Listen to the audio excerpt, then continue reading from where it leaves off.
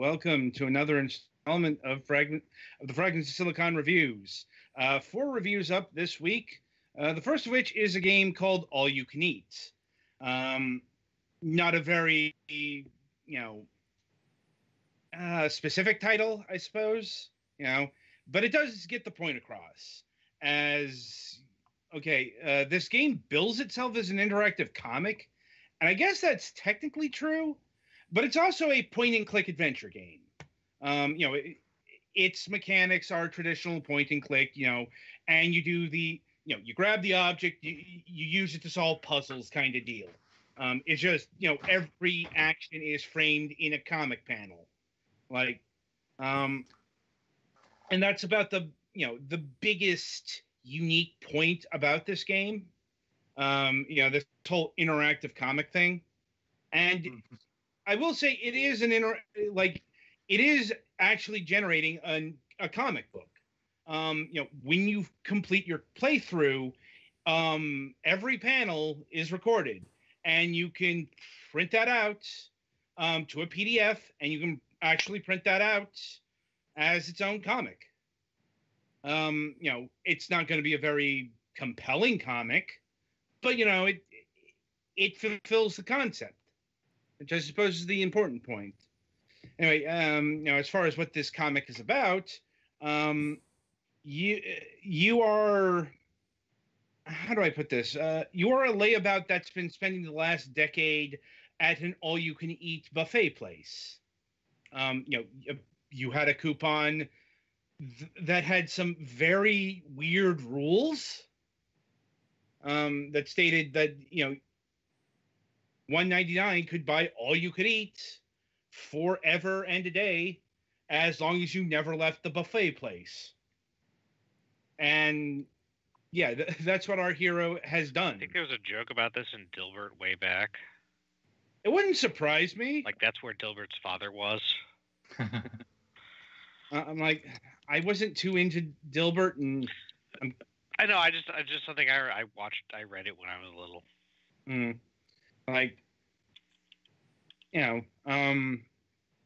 Anyway, so the premise here is the all-you-can-eat diner has been bought out and is about to be flattened to make way for, I'm trying to remember if it was like a condominium or parking lot, or something is going to be built in its place. And as the ultimate layabout, you don't want to lose your literal meal ticket.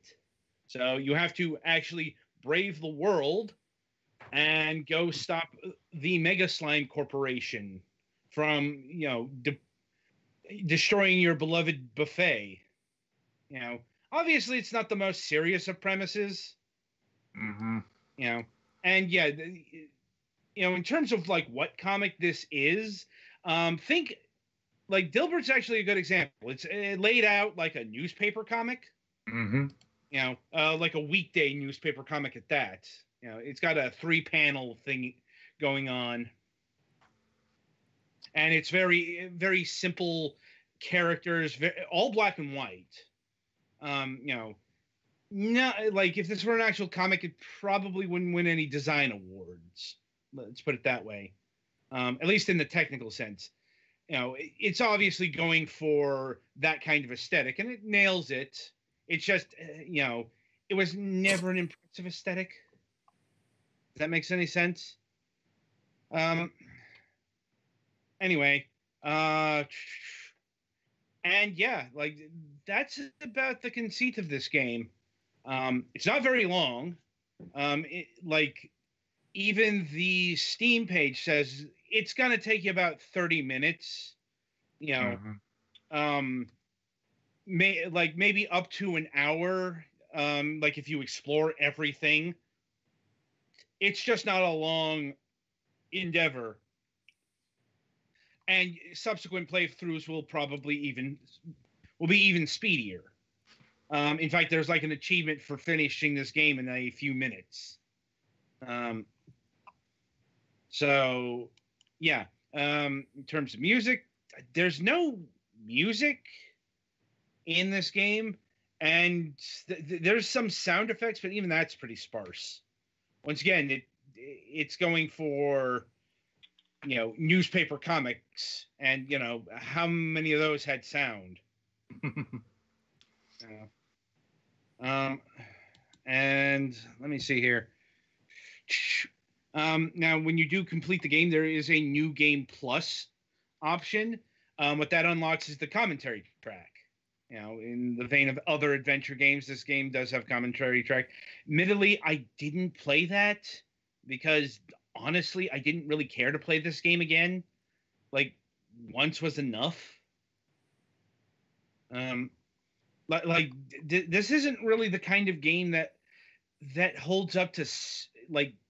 It's kind of like, okay, yeah, you could speed run this, but I'm not sure why you would want to do that.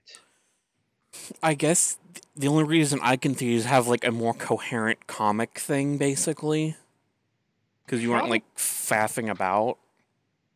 Yeah, that's about all I can think of either. But otherwise, or you might have missed something. Like, there are a few bonus things, like bonus achievements, but it's not really worth your time.